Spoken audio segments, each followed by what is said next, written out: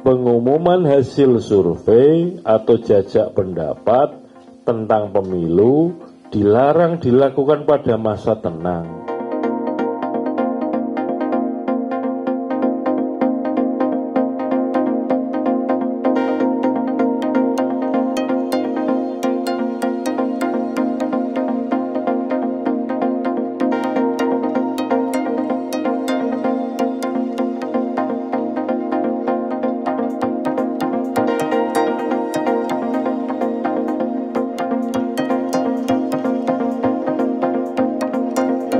Berkaitan dengan hal ini, kalau teman-teman yang ada di grup jurnalis KPU kan sudah tahu, ya kan?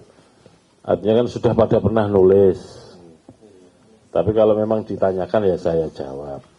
Yang pertama, pemungutan suara di luar negeri itu dilakukan early voting lebih awal daripada di dalam negeri. Di dalam negeri kan pemungutan suara Rabu 14 Februari 2024. Yang di luar negeri itu ada yang mulai tanggal 4 Februari sampai terakhir kemarin tanggal 11 Februari 2024 untuk metode TPS.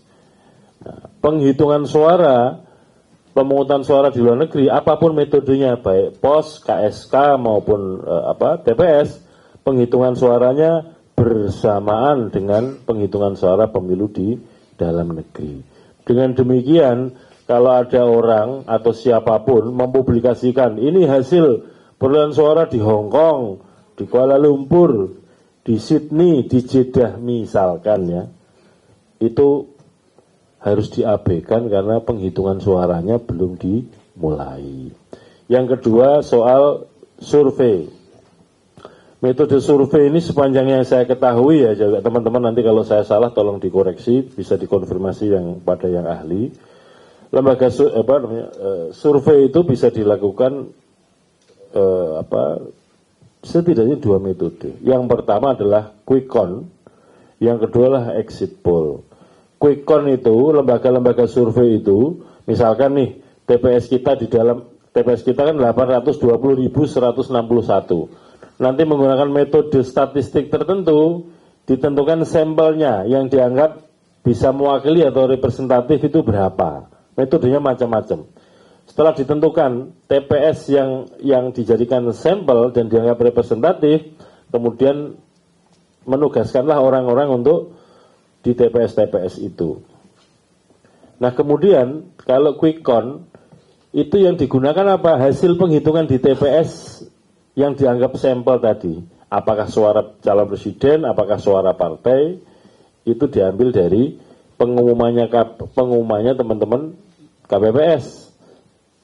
Kalau penghitungan suara itu dimulai setelah TPS tutup, ya, TPS itu kan digelar 14 Februari sampai jam 7 sampai jam 13. Penghitungan suara setelah itu dan harus selesai pada hari yang sama, artinya 14 Februari jam 24. Tapi kan ada ketentuan baru bahwa kalau hari itu belum selesai penghitungan suara dapat dilanjutkan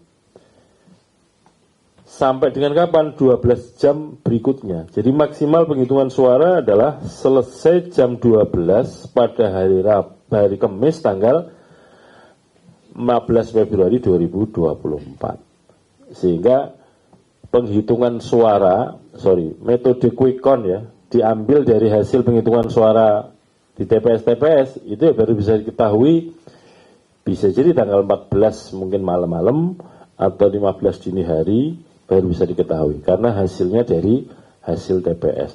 Kalau exit poll itu metodenya adalah ada orang setelah milih ya, kemudian ditanya oleh periset itu, Mas Vito milih apa? Itu milih nomor berapa? Itu yang dicatat oleh periset dan kemudian disusun menjadi hasil prediksinya menurut exit poll. Itu kira-kira begitu ya. Nah yang kedua, kapan boleh publikasi? Undang-undang pemilu sudah mengatur. Ini sekali lagi bukan KPU yang ngatur dan bukan KPU yang melarang-larang. Ini yang mengatur dan melarang-larang adalah undang-undang pemilu.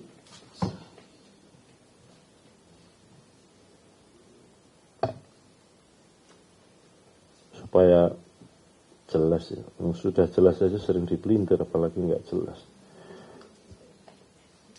Undang-Undang Pemilu Nomor 7 2017 Pasal 449. Saya bacakan ya.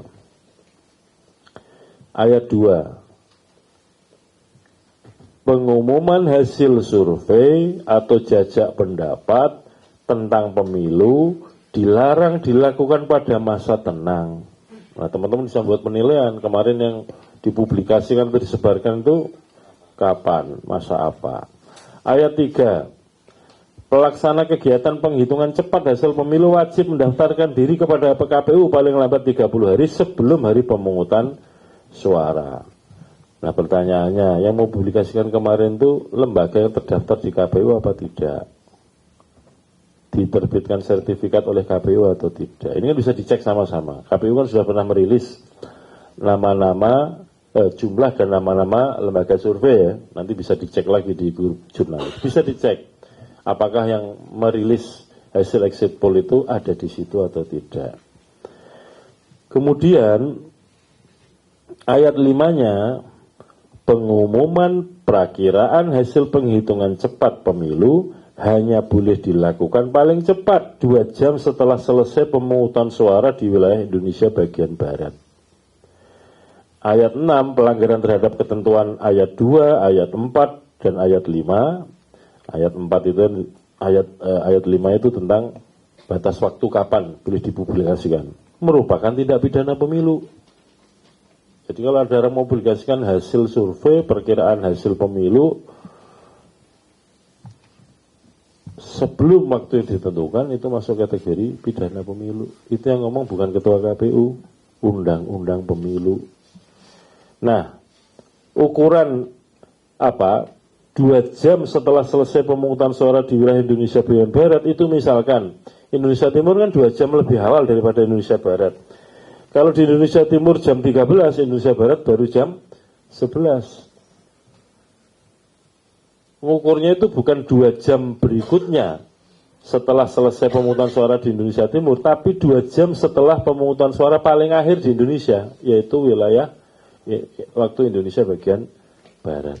Nah, pertanyaannya, exit poll kemarin yang konon kabarnya sudah dipublikasikan itu dilakukannya, publikasinya ya, coblosan di Indonesia sudah atau belum? Belum. Kira-kira begitu ya, teman-teman sekalian. Terima kasih.